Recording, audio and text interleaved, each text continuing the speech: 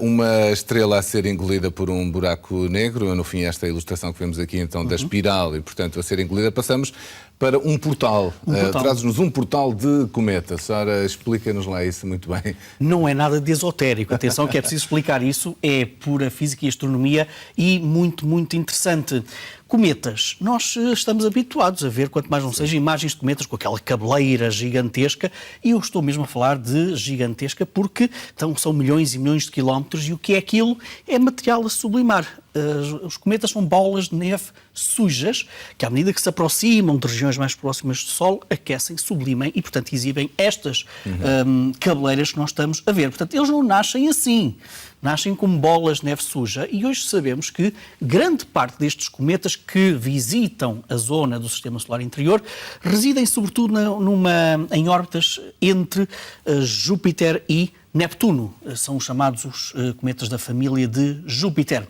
E numa observação agora revelada, um estudo agora revelado, permitiu perceber exatamente se existe uma via rápida, digamos assim, de cometas precisamente para o Sistema Solar Interior.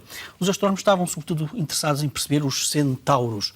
Ora, os centauros são corpos gelados, estes tais cometas bola de neve suja, que estão, portanto, ali entre Júpiter e Neptuno, mas não nasceram lá. Nasceram na cintura de Kuiper, muito para lá da órbita de Neptuno, e depois foram, devido à atração gravitacional também, sobretudo de Júpiter, foram alojados, digamos assim, ali entre Júpiter e Neptuno. E os cientistas tentaram perceber se, de facto, existe ali alguma zona orbital onde recebe, no fundo, um grande trânsito destes cometas para zonas mais próximas do Sol. Eles tiveram, sobretudo, a analisar um cometa chamado 29P SW1, que não é um cometa qualquer. Ele faz-se notar. Mesmo antes de entrar em zonas em que aparece a sua cauda, este cometa em particular já exibia algumas emanações. Ele faz-se notar, digamos assim, nas suas observações. E o que dizem agora os astrónomos é que, ao analisar em particular a órbita deste centauro, deste cometa, eles perceberam que cerca de 2/3 de todos os cometas destas famílias de Júpiter tornam-se, no fundo, partilham a órbita deste cometa. E, portanto, traçando com mais precisão a órbita deste cometa, bem conhecidos os astrónomos, os cientistas conseguiram perceber que há toda uma série de outros cometas que partilham exatamente esta via rápida até ao Sistema Solar Interior. Porque é que isto dá jeito? Isto dá jeito para nós percebermos a dinâmica destes corpos. Porque dá para cartografar autenticamente cartografar e fazer um desenho. Porque um dos aspectos interessantes dos cometas é tentar perceber onde é que eles começam a exibir as suas caudas. Ou seja, onde é que começa a ser importante a temperatura, o crescer da temperatura, para que eles exibem estas caudas. E, portanto, pelo menos, tendo uma ideia da órbita que é partilhada por grande parte destes corpos, nós conseguimos então perceber melhor a natureza dos cometas e também o seu ponto de origem. E o seu ponto de origem permite perceber a sua evolução e o seu nascimento. Portanto, é um portal, mas é um portal daqueles que são absolutamente científicos. Olha, e vamos também para a ciência absolutamente desconcertante da maior cratera, a mais antiga cratera, a bacia de impacto, uma das maiores do Sistema Solar, a maior da Lua e a mais antiga. Estamos a falar... Voltamos à Lua. Perto de nós e tantas coisas para descobrir. Olha, por uma razão simples, porque nós temos lá uma missão chinesa que está no outro lado da Lua, aquele que nós não conseguimos ver da Terra, precisamente na zona da chamada bacia do Polo Sul, Aitken. E os cientistas, Daniel, estavam há muito à espera dos resultados destas investigações, deste rover, desta missão que está na Lua, nesta cratera. Porquê? Porque nós, durante muitos anos, conseguimos ter alguns dados geoquímicos desta zona, através de órbitas que circulam a Lua e que davam a entender que esta maior bacia de impacto da Lua tinha uma origem absolutamente catastrófica, ou seja, houve algo que embateu com muita força na Lua, com tanta força que o material que nós vemos na bacia, portanto na superfície da bacia, poderia até ser não a superfície, não a crosta da Lua, mas sim algo por baixo da crosta, manto. Portanto, com isso podemos ter uma ideia do impacto energético que terá tido. E, portanto, a geoquímica dava a entender isso. Pois é, mas nada como estar lá, para tentar perceber com medições no próprio solo. É que o que nos disse esta sonda, este rover chinês, foi algo de desconcertante. É que, olhando para os minerais e a reflexão da luz nos minerais que estão aqui na bacia de Aitken, O que nos diz esta investigação chinesa é o seguinte: esqueçam lá isso. O que eu estou a encontrar aqui são minerais que nós conhecemos da crosta da Lua. Há muito pouco de manto aqui. E, portanto, ou o impacto não foi tão energético como aquilo que pensámos que permitiu até escavar até ao manto da Lua, ou então temos que elaborar outras hipóteses para tentar explicar isto. É que a geoquímica do manto não está lá. Ou melhor, o que está lá são resíduos dessa geoquímica do manto.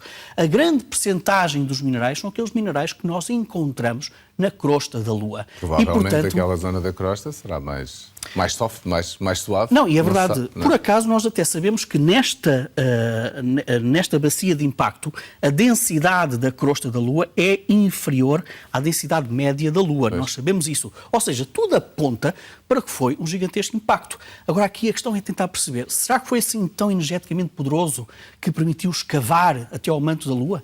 É que os dados que nos diz a missão chinesa é que não. Desmentem que a grande parte do material, cerca de 56 a 70 e pouco por cento dos minerais encontrados nesta bacia são da crosta lunar e não do manto. E, portanto, eis aqui um mistério de grandes dimensões. Já agora, para termos uma ideia, esta bacia tem cerca de 2.500 quilómetros de diâmetro e pouco mais de 12 quilómetros de profundidade. E, portanto, sim, Daniel, é mesmo um gigantesco mistério. Muito bem, andamos sempre à procura de planetas longínquos fora do nosso sistema solar e hoje trazes-nos um exoplaneta que não deveria existir.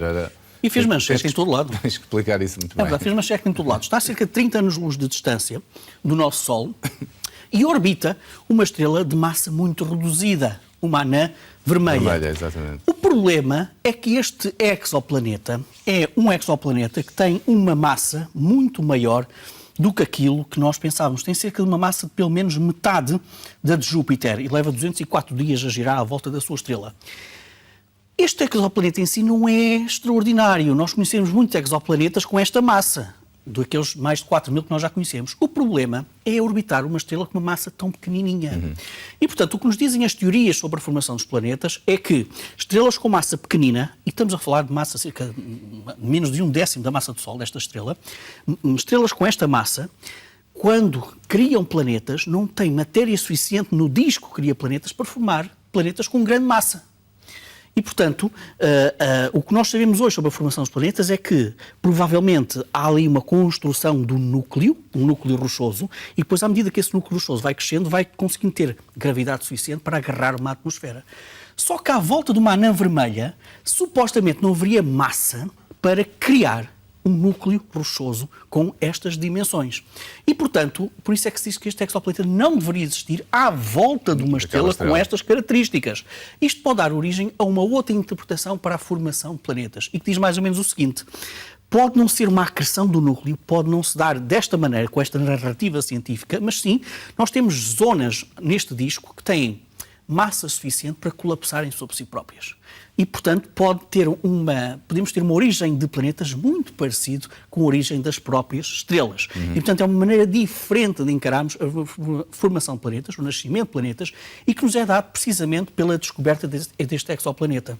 É que o modelo de acreção do núcleo, é esse o nome da teoria, não consegue explicar um exoplaneta com esta massa à volta de uma estrela de pequena massa. Se esta estrela fosse de massa muito maior, então tudo deveria ser compreensível. Claro. O problema aqui é a massa da estrela, que é muito pequenina, mas que dá origem, então, no fundo, a uma nova interpretação do nascimento dos planetas. Deixa-me fazer-te uma última pergunta já agora, que tem a ver com... Nós sabemos que há projetos para turismo espacial assumidos, mas agora é uma grande polémica, porque há um astronauta que é acusado de não ser astronauta, mas de ter dinheiro para ir ao espaço. Será que é mesmo um astronauta? Vamos já explicar. Há alguns dias foi enviado para a Estação Espacial Internacional mais uma tripulação. Nós tivemos um astronauta da Rússia, um cosmonauta, uma astronauta da NASA e depois um cavalheiro chamado Azza Al-Mansouri, que foi apresentado como o primeiro astronauta dos Emirados Árabes Unidos.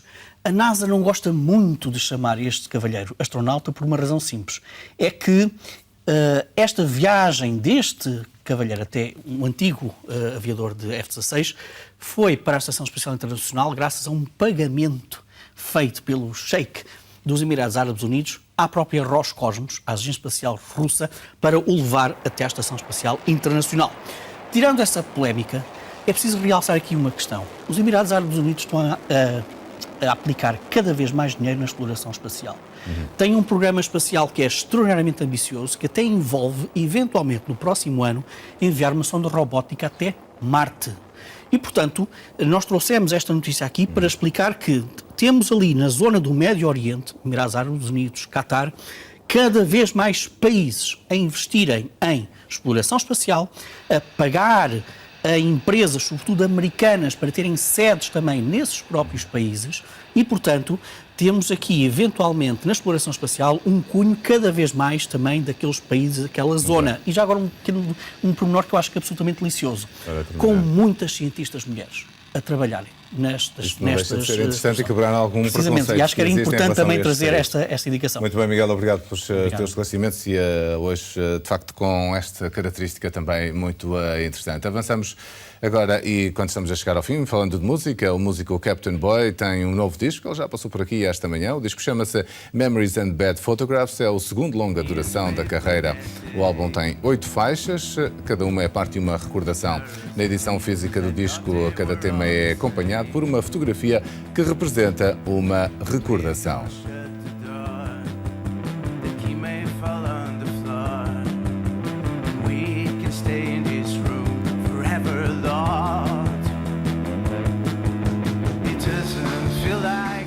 É assim que chegamos ao final desta hora. Acertamos o relógio e voltamos com mais notícias. Até já.